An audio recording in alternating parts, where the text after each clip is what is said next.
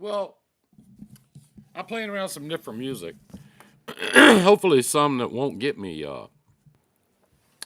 put on restrictions. Kicked out, that kind of thing, off of the social media. Like my friend Trucker G, he got suspended. Got on my G shirt tonight. Where? Oh yeah, over here. G shirt. Um, he got suspended because he put on some music that he wasn't supposed to put on, and I don't know. No sound, I think. Dennis, what up, Dennis? Have you got sound now? Can you hear me now? Can you hear me? It does this occasionally. I don't know why. Sometimes even I have to go back out and come back in and all that kind of crap. Uh, anyway, I see everybody's just jumping right over the top of me tonight. Gonna go live and all that right on top of mine. That's okay. That's all right. It's okay. I don't mind. Um, anyway, what I was saying was, I can hear you. Eddie say, I can hear you. Laura say, yes, we can hear you. Eddie say, Lisa Reed, Randy Weirbanks. I don't know them people. Bring them on in. Randy made it.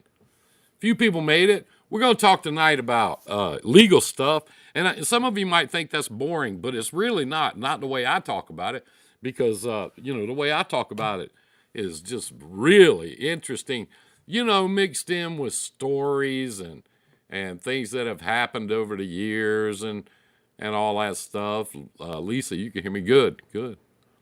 Um, so usually when I put, legal stuff in the title, I don't get very many people show up because they think it's boring. But if you ever you find yourself in a tight spot because of some legal shit, Michelle is here. What up, Michelle?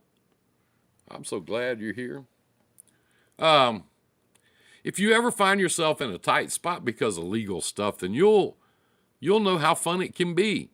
Uh, the other thing that I wanted to mention was I went back and looked. Um, I went back and looked at the show that I did last week about government stuff, and I didn't like it. I didn't like that, and so I said, well, it's my last government show, and I say that all the time because I do get tired of talking about it. I've been doing that stuff for so many years that it's kind of gets old. But um, I looked at it and I really was not happy with the way that whole thing went. So I'm going to redo that. Because I spent an hour and a half mainly talking about trying to scare people away from doing FEMA, which I'm a big believer in that. I'm big on people not doing FEMA, and if you're not ready for it, if you don't understand it, if you're not ready for it, that kind of thing, and because of how much trouble you can get in with it, not knowing what you're doing. So, hey Mar, what's up, my girl? So I want to redo that show, and I'm going to. Because there's so much other stuff to talk about. And I went back and watched it again. I just didn't like it. I didn't like the way it came off and the way I talked about some stuff and all that. So I'm going to redo that. We'll do it again. We'll mark out another Tuesday night and we'll do it because there's so many other things, to talk about, just besides not doing FEMA. So there's so much other work there and so many other things to do. And I really don't want to spend a whole hour, talking about, you should stay away from FEMA. I think we get that. So on my next one, I'll do another one. I'll schedule it whenever you guys want to, and put it up on here on the schedule, and we'll do it again. And I'll just start out by saying, if you're not experienced, stay away from FEMA because it can eat your lunch. And then we'll go on to talk about other things. Dan Brandt, what up, brother? We'll talk about other things like, doing your rates in the other for the other agencies, getting involved with them, how to market yourself to the other agencies so that you can get started, and get moving in that direction. How to stay in your lane, how to focus on the things that you're good at and that you really want to do, and not waste a lot of time trying to get involved in things that you're not good at. So we'll redo that. We'll redo that whole show, and we'll just do it over, and we'll go from there. Michael Culler is here. What up, Michael? We'll just redo it. And Joe, what's up, Joe? Anyway, I wasn't happy with it. I wasn't happy with the way it came off, and I just didn't like it. So we'll redo that, and we'll get into some more stuff that I think will probably help you guys better, than just me sitting here for an hour and a half going, yeah, don't do this, yeah, don't do that, that kind of thing. We'll just go back and redo it, okay? And I hope you guys will all tune in because I think I can give you some more information that'll make it a lot more usable for you, a lot more user friendly, and going forward, and that you can actually. Isaiah's FEMA loads are not the biz. No, absolutely they're not. So, we've beat that horse to death a couple of times, and, I apologize for that. But there's so much more stuff to get involved in doing government freight. And that's what we'll talk about, how to do that, where to go to get it. And I hear a lot of people will call me on the phone and they'll go, hey, Frank, can you tell me how to get one of those long-term government contracts, Yeah, I can tell you how to do that. But the first thing we want to talk about, when it comes to government freight is what we want to talk about is what do you want to do? I mean, what makes it work for you? What works for your company? What works for your cash flow? That's a big thing, guys. That's a big thing. Okay. What works for your cash flow? Dan, I thought it was quite informative. I already got my SCAC number the next day. Good, because you're going to need it, Dan, no matter what we do. And I appreciate you saying that. But I wasted, I went back and watched. I just wasted too much time, blasting people on FEMA because you see so much of that, on social media. And I thought that, I just thought it was something that we needed to beat on real hard, and I beat on it too hard. So we'll go back and we'll talk about other things that you can do, other things that you can get involved in, and how to go about getting involved in it, how to be successful at it, that kind of thing. So we'll do that in the next week or two, and just kind of go from there, if that's all right with you guys. So anyway, tonight is about legal stuff, fun legal stuff, fun stuff. I see this stuff. I pick up a lot of the things I talk about just by sitting around, stargazing at social media sometimes, and I'll see comments. People will make comments, and and they can, when you've been doing this for a long time, or even if you've been doing it for a short time, and you're pretty bright, a lot of times people will give themselves away, within about a minute, as to where they're at in the business, how much they know, how involved they are, what they're doing, that kind of thing. A lot of times, they can give themselves away, and you just kind of sit there and you say, SCAC code number costs $87 now. Well, that's not too bad. That's a lot more than when I got it. So anyway, people make a comment on social media. They'll go, all my trucks are for sale. They finally put me out of business. Who are they? Who put you out of business? I know people that are thriving. I know people that are doing very, very well. If you ever watch my buddy Charles Bundy, Left Lane with Lefty, there's a lot of guys that get on his page and they're doing really well. They're buying trucks, they're hiring drivers, their companies are getting bigger and they're doing well. And that's what I want. That's what I want everybody to get to. That's what I want to see, all you guys get to and get involved in. So tonight we're going to talk about some legal stuff. Let's start out with how you set up your business. Okay, because I think a lot of people go out and they'll buy a truck and buy a trailer, and they even go as far as to get their own authority, and they really don't have any idea of where they're going or what they're doing. They think that's it. They think you go out and you buy a truck, you get a trailer, you get some insurance, and you get on DAT, and now all of a sudden you're in the trucking business. And that's just not the case. That's not it at all. For instance, and I get an argument on this, and somebody right now will make a comment and argue with me. You watch. I'll take bets.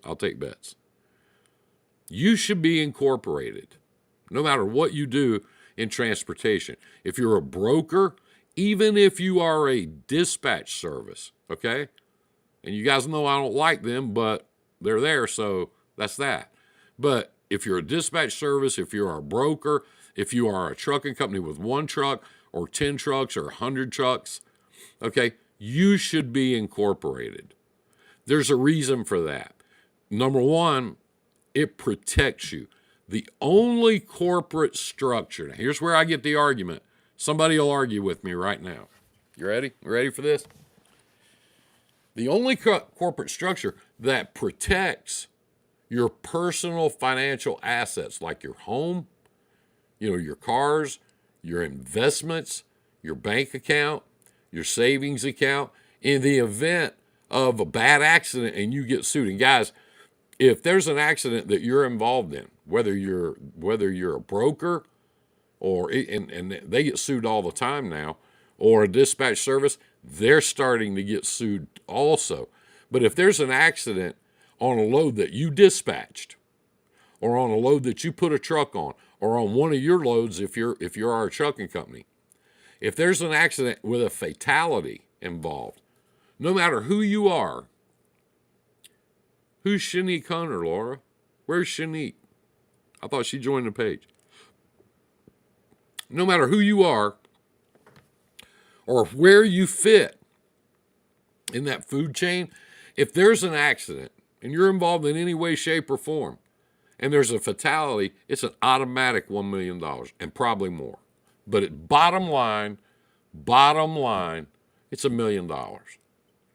And if these lawyers and these insurance companies that have to pay that bill, okay, and fight it, if these people can figure out a way to assign you a percentage of liability, that means you don't even have to be responsible. You just had to be involved in some way. You might have dispatched the load and the driver ran over a car and killed somebody and he was out of hours. Well, didn't you know that when you dispatched that load? Well, yes, no, you don't have to know that, I don't suppose. But if you had known it, if you had known that when it happened and you had not dispatched that load, this wouldn't have happened. So you're 10% responsible. That's $100,000 minimum. So you better have insurance. And the only corporate structure that will protect your personal assets is an S corporation. Here, somebody's going to argue, no, Frank, that's not true. An LLC does that too. It absolutely does not. It absolutely does not. Don't take my word for this. Don't do it. Go out and do your own homework, your own due diligence, your own research, and find out for yourself, like you should on everything.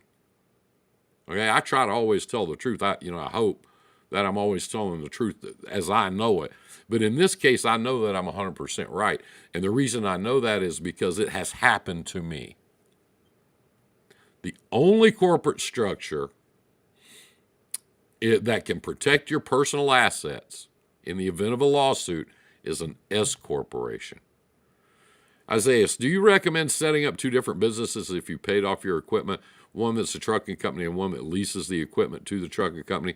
Will that create an extra layer of protection for you?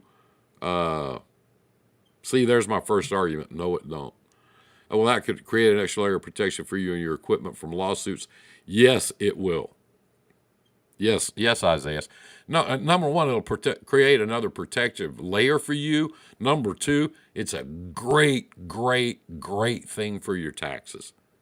So yes, Frank and I became our own leasing company years and years and years ago.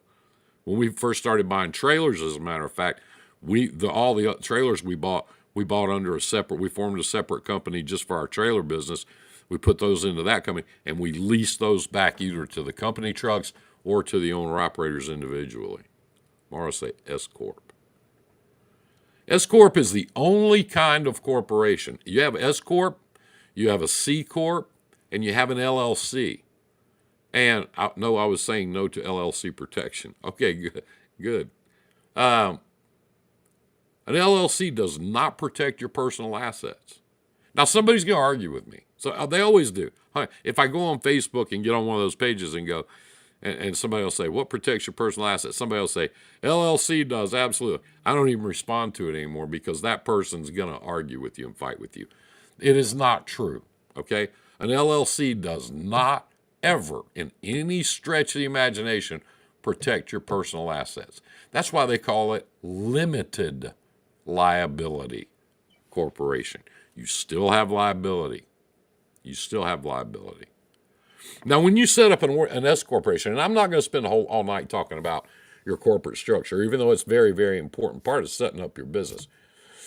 When you form an S corporation, the first thing you're going to find out at tax time is that your corporation doesn't pay any taxes. The corporation's not liable for any taxes. The owners of the corporation, the primary stockholders of the corporation, when the corporation goes through all of its processes and it collects all of its money and it pays all of its bills, all 100%, and there's profit left over after all that, okay? And I'm not going to go through all the machinations of setting it up so that you are or are not profitable, or so that you collect a salary or you do not, you should. But anyway, I'm not getting into that tonight. After you go through all that, if there's any money left over in your corporation, that money falls to the owners of the company. I have 3 companies, and that's all for liability purposes, and tax purposes. But in our mother company, our primary company, Frank 3 and I are equal partners. So if we've got $100,000 left over at the end of the year, 50% goes to him and 50% goes to me. And on that amount, I and he separately are responsible for the taxes as personal income, not as a corporation. The S-Corp separates you from your business. It's the only structure out there that does that. So that if there's a wreck and you are found responsible or partially responsible, a percentage of liability, and they come after you for $650,000, that's quite a bit of money to cough up. A lot. It's a lot to cough up. I don't care who you are. Okay? They can attach your house or your savings accounts, your retirement accounts, your personal income for the next 10 years. They can't do that. They can only sue the company. And if you are an S corporation, at the end of the year, there's nothing left to sue for. So keep that in mind when you're setting up your company, okay? I'm not going to argue about it. Don't want to argue. Shaggy say, Frank is awesome and no one has better info than right here. Well, thank you, man. Thank you. I appreciate you. I wanted to get you on here. I'm going to redo the government thing. I don't know if you were here or not when I was talking about that, because I watched it from last week and I didn't like it. So I'm going to redo that. But tonight we're talking about legal stuff, okay? So that should be your setup, guys. I don't care who you are. It's a little more tedious to set up an S corporation. You know, you got to jump through a few more hoops to do it. But when you do, you are protected. And that's worth, if anything happens, especially these days with all these frivolous lawsuits and people lawsuit happy and, crazy about, coming after your hard-earned damn money that you've worked all your life to get in your home that you've been trying to pay for all your life. It's important. It's very, very important. And if you are, Mara say, I have an S Corp and everything I say is correct. Well, thank you. If you are an LLC now, or if you are a C Corp now, okay, making the change to an S Corp is a very, very, very easy thing to do. It's a one-page application. You fill it out, and you just indicate to the state and federal government that you're switching from an LLC to an S Corp, and it'll go through almost immediately. It's really easy to do. Everyone is worth $1 million. Yeah, you are. You might not think so, but you are. So make that change, guys. Look into it. Like I said, when I give you information like that, especially very specific legal information, don't just take my word for it. Look it up. Do your due diligence, do your research, find out. Talk to a lawyer. Talk to somebody that knows, and they will tell you. Okay? Anybody that tells you an LLC protects you is not correct. It does not. Neither does a C Corp. Lawyers, when they form a company together, when 2 or 3 of them get together and form a law firm, they form a corporation called an LLP, Limited Liability Partnership. And they set it up on paper. They're very smart when they do this. I used to be an LLP. They set it up on paper so that if one guy makes a mistake, the other guys don't have to pay for it. But that assumes that you can pay for it, or you have the insurance to pay for it, when the wolf knocks at your door. Because it will when you least expect it. So, start your day, get happy, do your research, switch over to an S Corp. A little more paperwork, a little more shit, and a few more hoops to jump through. Guys, if you ever get that 2:30 a.m. phone call, you'll be glad you did. Okay? The next thing I want to talk about is your day-to-day. Dan, appreciate the info. Frank says, I'm currently an LLC with insurance. And the insurance is critical, Dan. But like I said, if you get into a fatality, it's an automatic $1 million, probably $5 million. So if your insurance doesn't cover that, your business insurance doesn't cover that for you, they're going to come after whatever you've got. And they will. They do.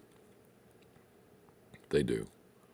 The next thing I want to talk about is your documents. Shaggy he spends a lot of time in his classes on the documents that you use to operate, your business. If you are a dispatch company, if you are a broker, if you are a trucking company, when you establish your S corporation, you're going to be able to establish certain things within that S corporation that define who you are and who the people in the corporation are and what their responsibilities are. That's very, very important, okay? And what it'll tie into, okay, and we're going to move right into this, all right? What it'll tie into is any agreement you make with a shipper, any agreement you make with a bank if you're buying equipment, or leasing equipment, any agreement that you make if you're a broker or dispatch service, any agreement that you make with a carrier, that structure is going to fall in to by definition to those agreements that you make with those people, those other companies as service providers, and the people that you work for and the people that work for you. Trimble, just getting in. You ain't successful till you've been sued. Okay. You say so. But all that stuff, ties in together. All your structure, all that stuff ties in together. So just be sure, when you're doing that, just be sure that you're set up that way. Just be sure that you're protected. And now let's talk about your documents and and this thing. Okay? Most shippers don't even do a shipper carrier contract anymore. They used to, but they don't anymore. Most of them don't even do it. And there's a reason for that. And that reason is, guess what? That reason is because it favors them not to do that.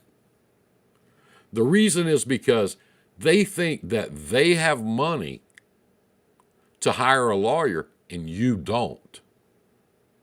So they're just happy to make up the rules as they go along, whether they're right or wrong or legal or not legal. I'll give you for instance.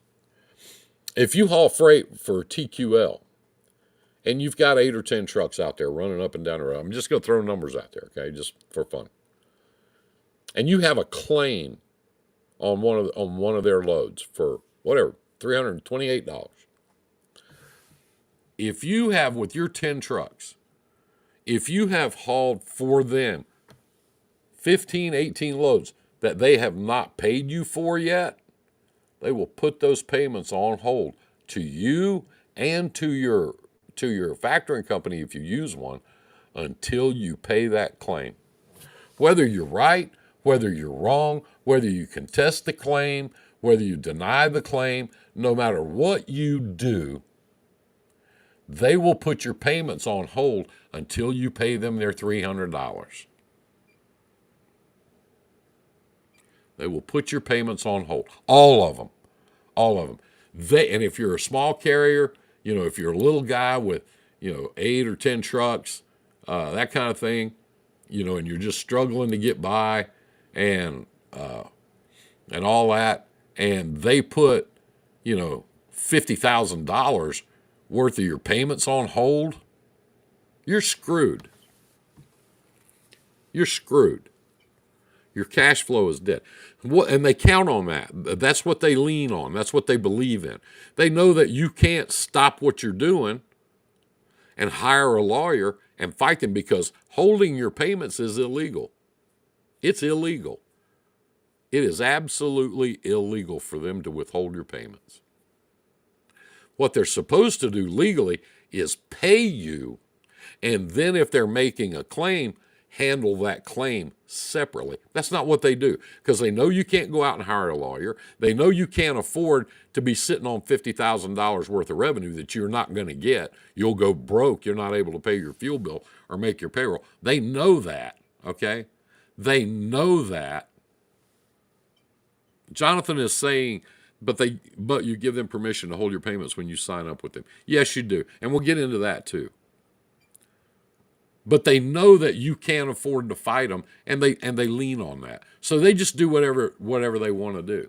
And they know that if you do hire a lawyer, because I do that. I have a lawyer. I have a lawyer on staff. If you do hire a lawyer and send them an overnight letter and say, if you don't release my money, I'll see your ass in court. And not only will you pay my freight bills, you'll pay my lawyer's fees and any punitive damage I decide to charge you with. If you do that, they will release your money because they don't want to play that game because they're wrong and they'll lose. Honestly, just say no to TQL. They're not the only ones, but they are the biggest ones that do that. Just so you know. So, be very, very, very careful, to Jonathan's point there. Once you sign that document, once you make that agreement with them, they've got you by the ass. Here's another one. You hear these stupid little bastards on the internet. We want broker transparency. We want broker transparency. And most of these bastards know that there's already a law. It's already there. We've talked about this, and I'm not going to beat on it. No, Mara, I'm not going to do it. I have to keep all of my paperwork for 3 years. I don't keep it on paper. I keep it in the computer. But I have to keep records of all my transactions for 3 years. Just for shit and giggles, I keep them for 5. But on every single rate confirmation that I send out there, every single, Roger Jones, what's up, my brother? On everyone there's a sentence at the bottom mixed in with all the other bullshit stuff at the bottom that says that as a carrier, you forego that right to inspect my paperwork. It's just one sentence. And then at the very bottom of the document, it's got a little place for you to put your check mark and say, I've read and agree with these terms in this agreement in whole, and that this supersedes any other agreement we might have, and you put your name on there, and that's that. You just gave up your right to find out what I charge my customers. Just like TQL. If you tell them, here's the word. You ready for this? This is the word. If you ever see the word in any agreement that you sign, I don't care if you're a shipper, I don't care if you're a trucking company, I don't care if you're a broker, and I don't care if you're a dispatcher. If you ever see the word offset, OFSFSET, offset. If you ever see that word in a document, tear it up and throw it away and tell them to go fuck a cat. No, never, ever, ever, ever give anybody the right to hold your money. They cannot do it legally unless you tell them they can. If they ever use the word offset, we reserve the right to offset any payment that might be due to you in an effort to collect monies that you might owe our company. If you ever do that, you just gave them permission not to pay you. And I'm going to tell you something. Let's see. And if you're lying out that stupid shit on a confirmation, they'll pull the load. You don't want to work with them anyway. A lot of them will. I'm one of those, Mara. If you draw lines on my contract, and we're not going to do business. I mean, that's just how I am. Jonathan, I put that on my picking up shipment constituents, the acceptance, the terms outlined in my rate confirmation. Yeah. And sometimes, if you ever see that word, guys, if you ever see that word, I mean, that should raise every single red flag you have ever seen in your life, okay? The word offset should make the hair on the back of your neck stand up. That gives them the right to hold your money. Guys, if you're an owner-operator and you lease your truck to a company, you haul under their authority, you haul their trailers, but you haul their freight. Is that with the broker and shipper as well? Absolutely. I'm getting to that. If you're an owner-operator and you lease on to a trucking company and they give you your owner-operator contract, if anywhere in that contract it says that they have the right to offset their payments to you to collect money from you, you just gave them the right to keep your money. If you don't sign that, if you don't agree to that, it is absolutely illegal for them to hold your money. Right up to the point you tell them it's okay. So be careful what you sign. Read your documents, guys. Read your documents. Spend some time and understand the documents that are in front of you. Okay? Read them and know what they mean. In a rate confirmation, okay? Let's say you have a broker carrier contract, because they'll all send you one, right? Got to do it. Let's say you've gotten past all that. You've agreed to all that. Another big thing that'll come up in that process, you should ask people, how many people here actually read the contract and actually know what the hell they are signing. That's what I'm doing right now. That's why I'm having this show, because I want you to know the difference. I want you to know how it can hurt you. I want you to know how it can put you out of business. I want you to know how important it is. That if you don't take away anything else from tonight, understand that one of those little sentences in one of those agreements can put your ass out of business, just like that. Instantly can put you out of business. Know your documents. If you have a problem, call Shaggy, call me. We'll explain it to you. We'll walk you through it. Another thing that'll come up in a broker carrier contract is two other things will come up. One thing that'll come up is back solicitation. They'll tell you that if you haul a load for one of their customers, you can't go to that customer after you pull your last load with them, and don't ever pull any more, for a year. You can't go back and contact that customer to be your customer. And believe me when I tell you, believe me this, okay? And somebody will argue with this too. Yeah, I do that shit all the time. Fuck you. Well, go ahead and do it, stupid. You're evidently, if you haven't been taken to court, you're not important enough for them to give a fuck. So go ahead and do it. I don't care. I don't care. I'm telling you, these brokers nowadays, but what if they contact you, the carrier? That's a different animal. That's a different animal. But you better be able to prove it if you haul that load through a broker. You better be able to prove it. Anyway, I will tell you this, I use mostly dedicated carriers that have been with me for years and years and years. You know, everybody does it. But if you back solicit one of my customers, I'll fucking sue you till you die. I worked hard to get that customer. You know, it's my job to keep them. It's my job to keep that relationship alive. It's my job to keep that customer my customer. Yes, it is. But you walking in, you might be married to their cousin. Go walking in there. Hell, I'll haul it for you direct. Not if you haul it for me, you won't.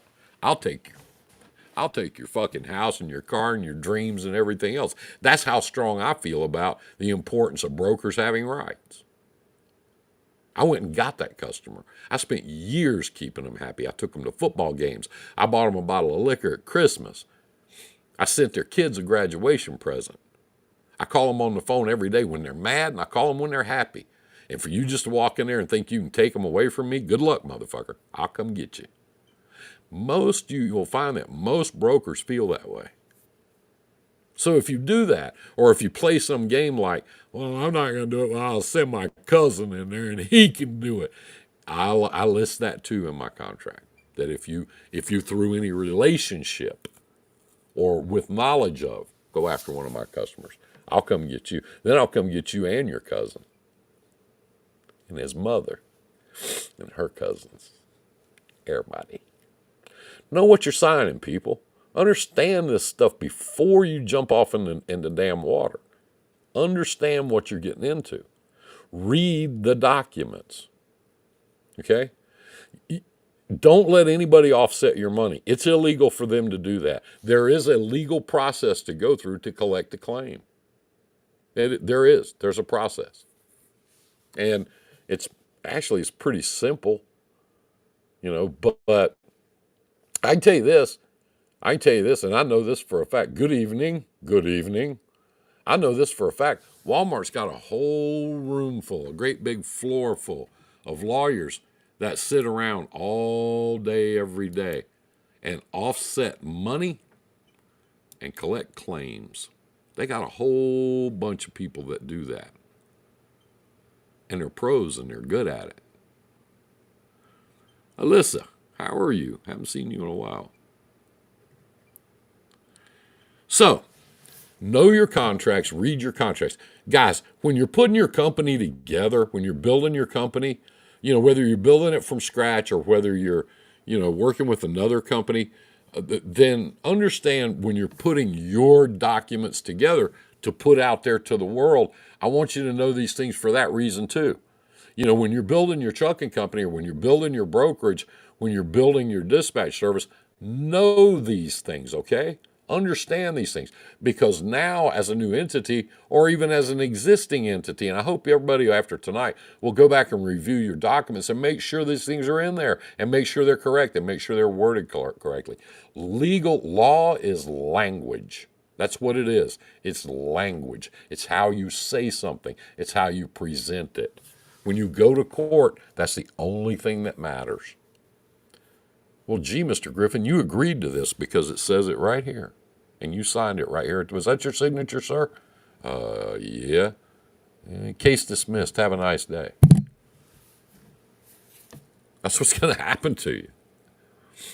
That's what's going to happen. You might be out of business now because of that. It's fucking Facebook. Piece of shit. Guys, one of these days, Facebook keeps acting up on me. Like it keeps, I don't know what it's doing. I don't know why it's doing what it's doing. But if it keeps doing it, I'll tell you right now, I'm broadcasting over on YouTube also. And I'll switch over there. Because mine keeps going blank, and I don't know if you guys can hear me or not. I just guess you are because you keep responding. But it started playing this game with me last week, and Shaggy thinks it's this EveMux thing that we use, this third party. See, it did it again. He thinks that's what it is, and he might be right. I don't know. We can hear you. Good. But I'm over on YouTube also, and if it keeps doing that, I'll make an announcement on here, and we'll just switch over to YouTube, and start dealing with them because they're pretty clean. Hold on a second. Let me get this right, and we'll get back into some other shit that everybody hates.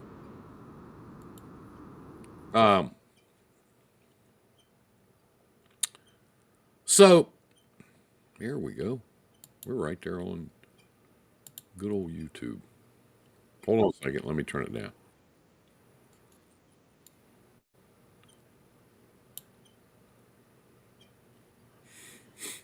Let's see what we got here.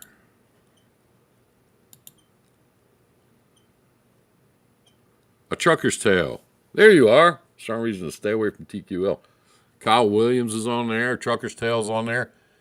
Hey, brothers, I didn't know you guys were on there. I haven't been watching my YouTube channel that much. I was watching on the other. I got a B in honors contract law in college. I read contracts extremely through as a result. Good. That's smart. That's your business. I mean, everybody wants a cool truck, right? Everybody wants a cool truck. And everybody wants a cool trailer. And everybody wants to look good going down the road. Everybody wants all that stuff, right? Everybody wants all that. Guys, if your legal affairs aren't in order, I mean from the get-go, you can get in trouble and lose everything you've got so fast, it'll make your head spin. You can lose some shit you don't even have. You can, as Richard Pryor used to say, you want any dreams? They'll come get them too. Pay attention to what I'm telling you tonight. This is just critically important. Okay? Have your documents in order. If you are a trucking company, if you are a broker, if you are a dispatch service, make sure that your documents in order. And see, and I'm not going to buzz on this too much tonight. I'm not going to hammer on this tonight because, we got other things to talk about. But one thing I want to say is, when we start talking about, Shaggy talks about it all the time, in his courses.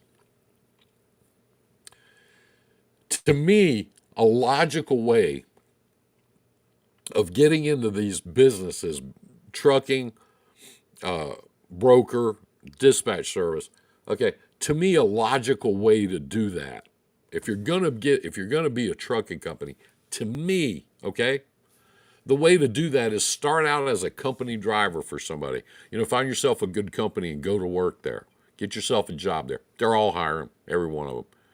Get yourself out there and go to work for a good company and pay attention to everything they do. If you want to go into business for yourself, pay attention to what they do. Because if they've got 1,000 trucks or 5,000 trucks, yeah, they might be assholes, but somewhere along the line, they did some shit right. Like them or not, they did. Swift, you don't have to like them. You can make fun of them. You kick sand on their face at the beach. You can do all that.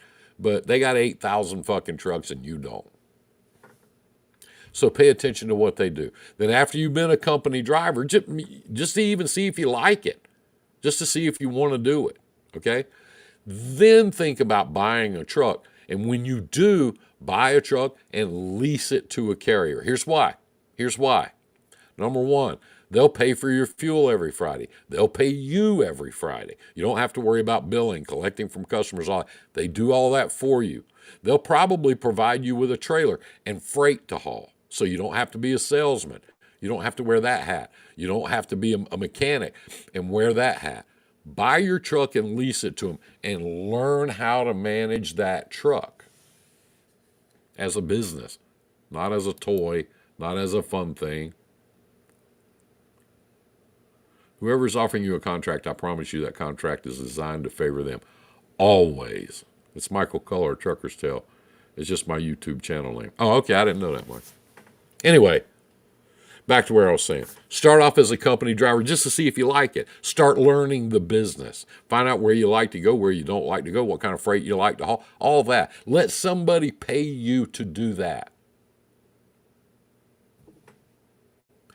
Then if you want to be in your own business, go buy a truck. Call me up or watch my shows, watch my past videos. I talk about what kind of trucks you should buy and why you should, what kind and what not to buy, because that's what I do. I sell trucks. I buy and sell trucks, and I have a brokerage and we have a small trucking company. So, and I've been doing this since my dad started this company in 1963, so I've been around a little while. But anyway, buy a truck and lease it to somebody. Let them pay the taxes. Let them pay the insurance. They get it a lot cheaper than you do. Let them give you freight to haul and watch what they do.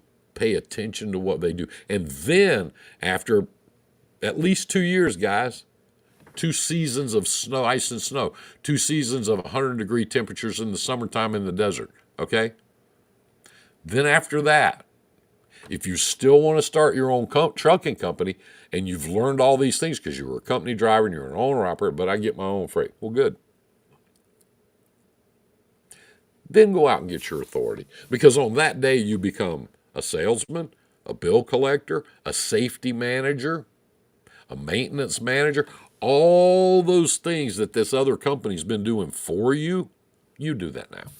That's your job now because it's your company. But you've learned some stuff. You've listened to some stuff. You've listened to guys like Shaggy. You've listened to guys like me. Hopefully you've learned some things and you're aware of some things and you're confident and you know how to do this business thing and you get into it and you manage it like a business, you will be successful.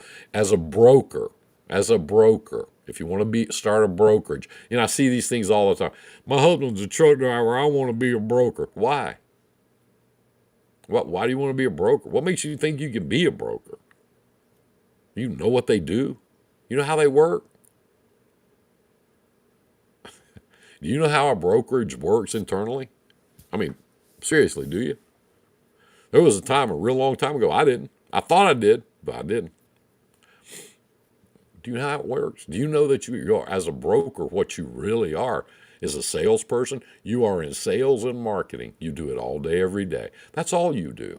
You do have to be aware of the laws, regulations, and all that stuff with trucking because that's the business that you're in, okay?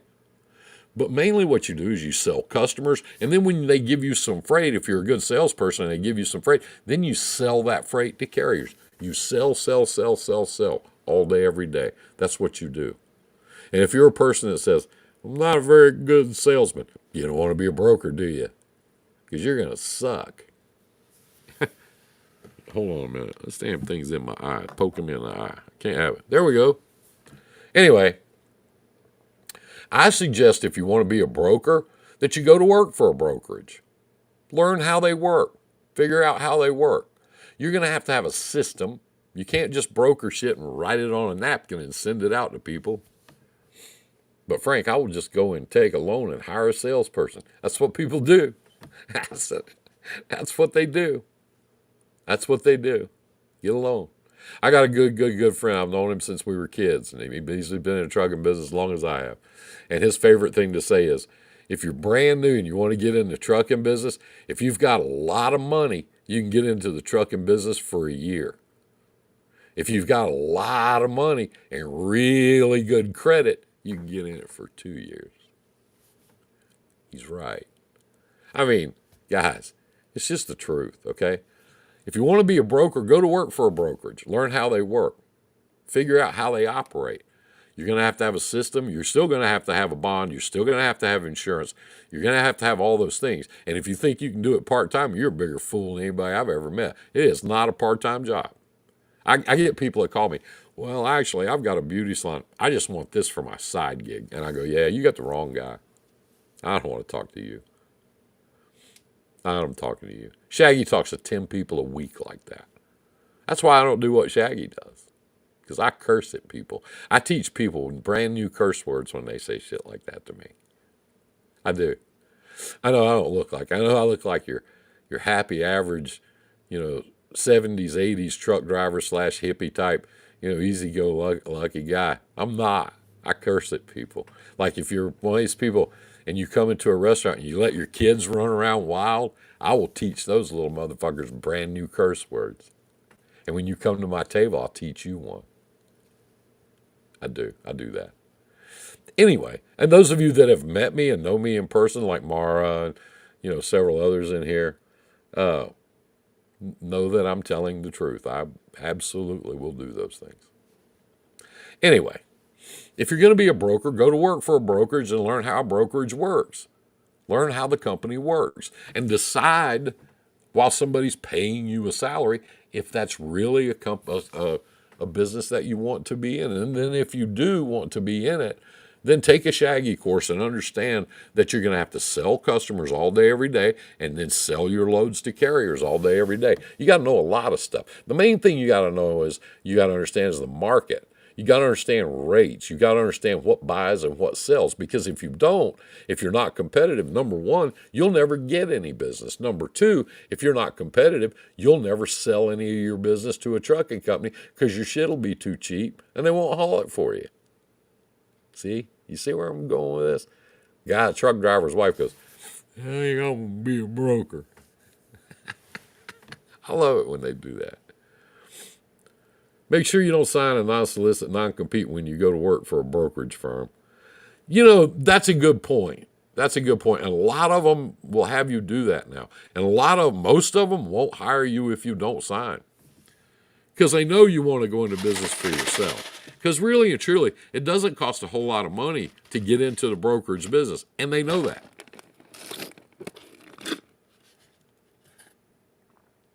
So, that's why they make you sign that. You got to understand trailers. Yeah, you do. All different kinds of freight. It's a big world, right? All kind of different shit moving around. If you get in the government, you better figure that out real quick. So anyway, go to work for a brokerage and learn the business. Some people learn faster than other people. They do.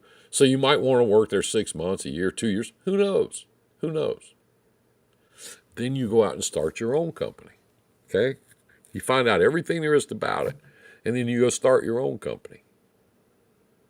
You wouldn't move to a town that you've never been to, would you? And go out and lease a building and open up a computer shop for cars, would you? And you've never done that before? Would you do that? Would you open up a pizza restaurant and you've never cooked a pizza in your life? Would you do that? Would you really do that? Rent a building and go out and buy some ovens and shit and a Coca-Cola machine, and you buy a bunch of plates and forks and so forth, and then put a big sign up, Frank's Pizza. Would you do that? Then what makes these people think they can get in this business without any background or information? This is one of the most regulated businesses on the planet. The only ones I can think of more regulated are the medical field and aeronautics. Airline pilots, believe it or not, are more regulated than truck drivers. I know most of these sacrifice truck drivers. I'll make a sacrifice. I support America. I know they think that they're minesweepers, but they're not.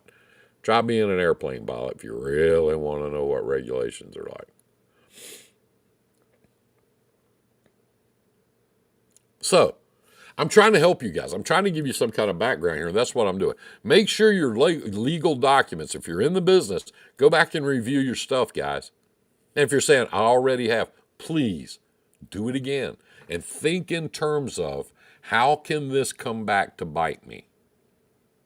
Because that's what it'll do. And that's what you got to be careful about. All your work, all your training, all your busting your ass, taking out loans, putting your money into your company, growing your company, that could all come back to haunt you. And you got to be careful. So if you're gonna own a trucking company, learn how to drive a truck. Drive for somebody else for a little while, see how it works. Buy your own truck, lease it to somebody else. Let them pay the bills. Let them pay you every Friday. Let them give you a fuel card with a good discount, real cheap insurance. Learn how to maintain your truck and take care of your truck, because that's going to be your main focus. That's your bread and butter, right? Learn how to do that.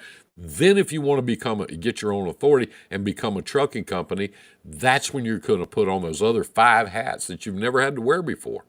So you've got to know about compliance, and you got to know about sales, and you got to know about marketing, and you've got to know about all the different rules and regulations that you have to follow, and you got to know about systems, because you're going to have one.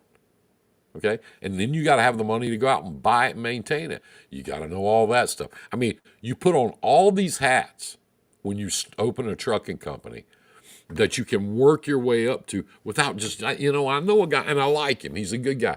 But his big thing for years and years is go on out there and get your truck and get your own authority and just have at it. God damn it, you'll learn. Well, here's the kicker. You'll either learn or you'll go broke. I mean, why in the world would you want to do that? I don't get it. I don't get that. So know your documents. Know these little lines in your contracts. Be careful when you get a rate confirmation. Make sure that you get, if you're a broker, make sure that you get if you are a carrier. Make sure that you get for your carrier. If you're one of these dispatch companies, make sure you get something on it that says something about detention or redirection or layover, and make sure it's spelled out, because I promise you that if you don't have it in writing up front when it happens, they won't give it to you. They might collect it, but they'll keep it. They won't give it to you. You have to fight for that or get it in writing. That's my favorite thing, guys. Get it in writing. That's my favorite thing to say to people. Get it in writing. Get it in writing. Then you don't have to worry about it. Then all you got to do is call them on the phone and say, look at that agreement you and I made 2 years ago. See that on the second page down there at the very bottom where it says blah, blah, blah, blah, blah? Yeah, I'll sue your ass tomorrow morning. You better send me my money. The conversation is over at that point. Why in the world would you want to do it any other way? Why? Why would you want to have to hire a lawyer and jump through all this? And if I'm telling you, if you sign your rights away on a contract, you sign on a shipper carrier contract or on a carrier broker contract, if you sign your rights away on those documents, you can get all the lawyers you want. You're going to lose. You're just throwing money away. You get a lawyer, you're going to lose. There's no going back. You gave it away. And I tell you when people do this a lot. People do it when they get in a hurry. People do it when they get desperate. People do it for all kind of reasons. Well, God, man, that load paid $400.60 a mile, and my driver was sitting there screaming at me, and I just signed it. I didn't want him to give it to somebody else. That's when the bad things happen. That's when you get nervous, you get under pressure, you get anxious, and you do things that you shouldn't do. That's when that shit happens. Or if you're sitting there behind your desk when you're going through the machinations and all the due diligence of setting up your company, and you see some of these things that I'm talking about, and you're going, you know what? I'll just take my chances with that. It's not a chance you're taking. Believe me. Also, when you sign a contract as a broker for any brokers here, be careful that when the contract implies that you are a carrier, when in fact you are a broker. Okay? That's another thing.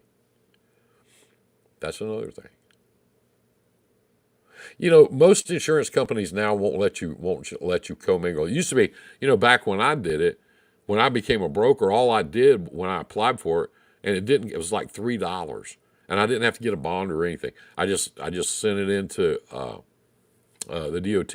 And what they did was my MC number, they just added a B to it. That was it. So now I was a carrier and a broker. So it was all in the same building. It was all under the same insurance policy. All that stuff. They won't let you do that now because of the liability. And that's what we're talking about tonight. That's my favorite word. That's my middle name. Frank G. Liability Trucks. That's my name. I'm trying to reduce your liability. I spend all day, every day. My son's been running our company for years, and he's really good. He really is. But where I help him more than anything is I harp on his ass and ping on his ass about liability. And he's not a risk taker. He's not anybody that's going to jump in and start taking risk all day, every day. He doesn't do it. But you got to watch that stuff. The language in the agreements, the language in the contracts. And if you get a rate confirmation, you better watch that little son of a bitch, because it might say at the bottom, This agreement supersedes any and all previous agreements. And if it says that, your carrier broker contract is now nil. Everything is nil. They do these things, and these contracts are written by lawyers. They're not written by trucking people. Okay, they're written by lawyers. If it says that and you sign it, you just signed away all the rights you had before. You just did it. Mark through it. Send it back. Goes, no, I'm not going to do a supersede deal. We signed a contract, and we're going to abide by that. And believe me when I tell you this, like I said, when people make these mistakes is when somebody dangles money at them, a $5 load, or you got a truck sitting there on a Friday afternoon and they got a load, you need to pick it up and get that driver moving because he's not going to sit there all weekend, he'll quit. That's when people start panicking and signing this shit. When you're under pressure. And you might be sitting there going, well, Jesus Christ, Frank, have you been under pressure? Yes, I have. And yes, I have learned the hard way. I put a guy on one time years ago, okay? I put a guy one time on a Saturday because I needed him so bad. And I signed him all up, and I sent an email. To my insurance company to add him to my insurance on a Saturday, knowing that when they came in on Monday, they would do it, but they got the email on Saturday, so that'd be retroactive, right? He drove 4 miles to the yard and a train hit him. He lived through it, but he turned my $60,000 tanker trailer into a very small, empty tin can. He cost me $60,000. He drove 4 miles. I had to write that check because the insurance company said, yeah, ordinarily we'd go ahead and agree with that, but this time we ain't doing that. Good luck to you. Oh, if you want to cancel with us and go somewhere else, we don't care. Fuck you, go. That's when shit like that happens. That's when you make bad mistakes. That's when you get careless. That's when you let things fall through the cracks. Okay? And that's, you're at your most vulnerable, and it's bad, and you just keep doing it.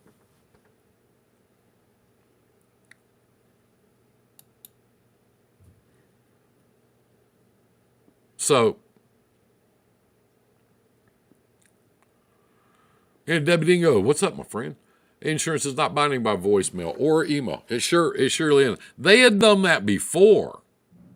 Deb, in my defense, they had done that before, and it was just fine. But on that day when he crashed my damn trailer into a train, they chose not to do it. Imagine that.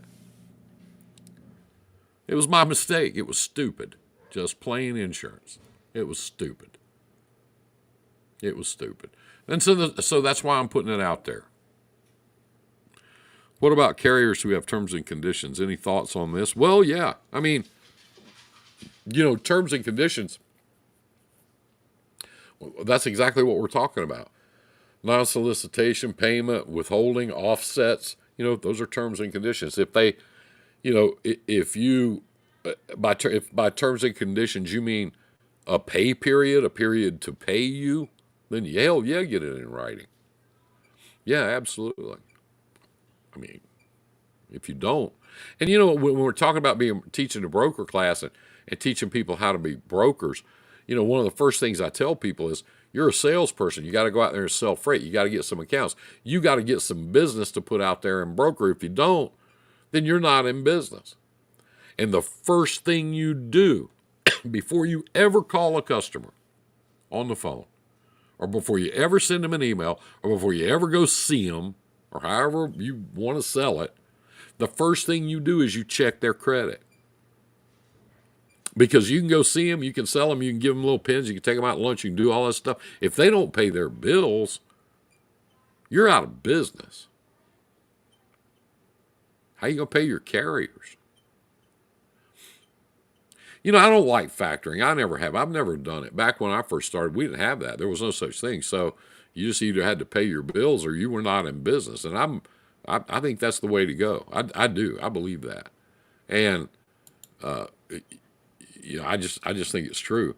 So, a lot of these people using these factoring companies, And the one decent thing I will say on their behalf is the one thing that can you do a live talking about shippers? Sure, I can. Sure, I'd be glad to. The one thing I can say about these factoring companies is they, by God, will check a customer's credit before they'll give them any, and then they'll tell you what they're worth and what they're not worth. And I mean, if you're one of these people that goes out there and your factoring company says, you know what, those guys are a bad risk. I don't really want to give them credit. If they tell you that, take their word for it. Don't stick your neck out there, because they're telling you that for a reason. They've seen something, or they found something in their credit history, or they know something that you don't know. So if they're not willing to stick their neck out for $1,000 or $5,000, whatever the freight bill is, okay, if they're not willing to do that, then you don't need to either. Stay away from it. That's another one of those panic things. Well, Jesus Christ, Frank, they offered me $6 a mile. Of course I'm going to take. Of course I'm going to say, even if I have to take a chance. Good luck. Cost me a $60,000 trailer. You know how many loads of milk I had to pull after that just to pay for that trailer? A bunch.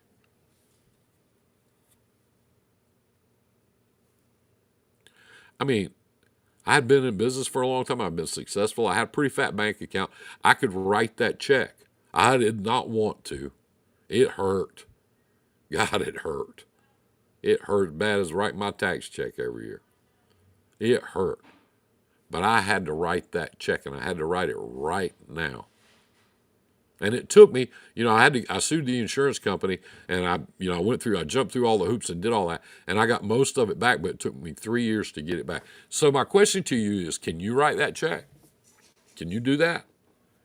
Because if you take that risk, if you roll the dice and you put it out there, you better be prepared to.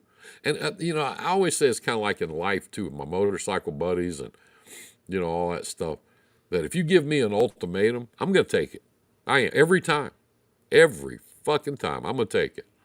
If you don't do this, I'm going to do that. Go for it. Do your worst. Do it now. Who was the insurance company that you sued, Frank? Lloyd's of London? No, it was not. It was Great Western. It was not. I don't deal with people that have Progressive. You have to sue them every time. Their default position is to deny a claim until you hire a lawyer.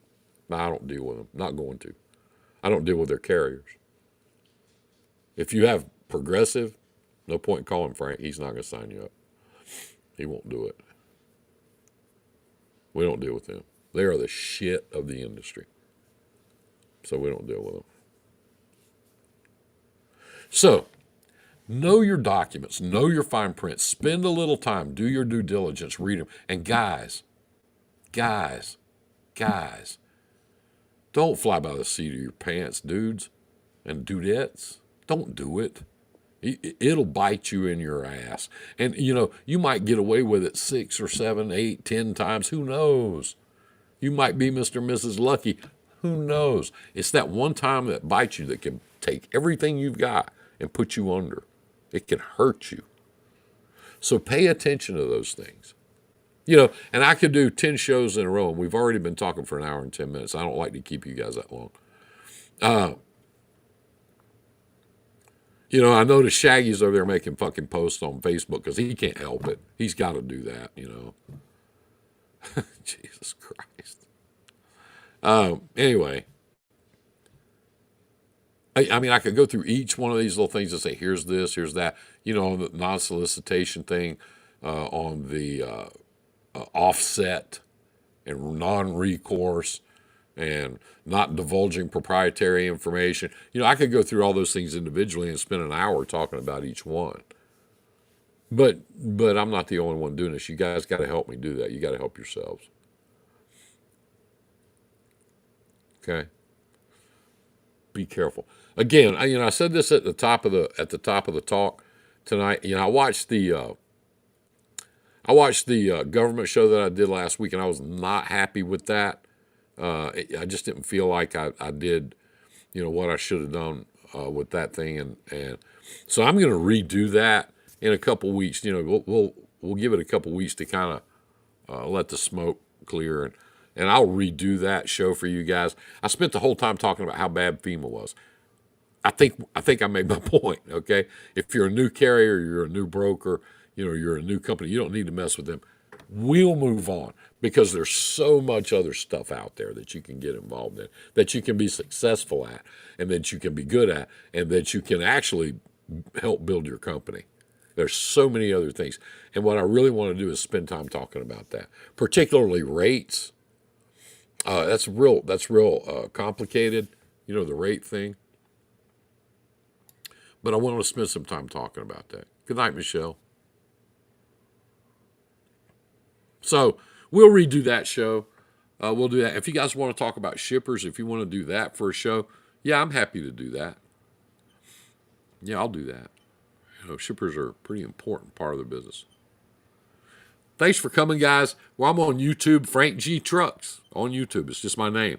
I'm on there right now. Let me see. Yeah, there's all kind of people over there just chatting away. Go over there and sign up and subscribe to my page and all that stuff. Like it, because if anything happens, boy, it's really clear over there. Damn, that's pretty cool. If anything happens to Facebook, and it does from time to time, then I'll just have to migrate over there, you know, and that's okay with me. I don't mind that. Damn, that's clean over there. But anyway, thanks for coming. Appreciate you guys. Take good care of each other. Look out for each other. We are what we got. The cavalry's not coming over the hill.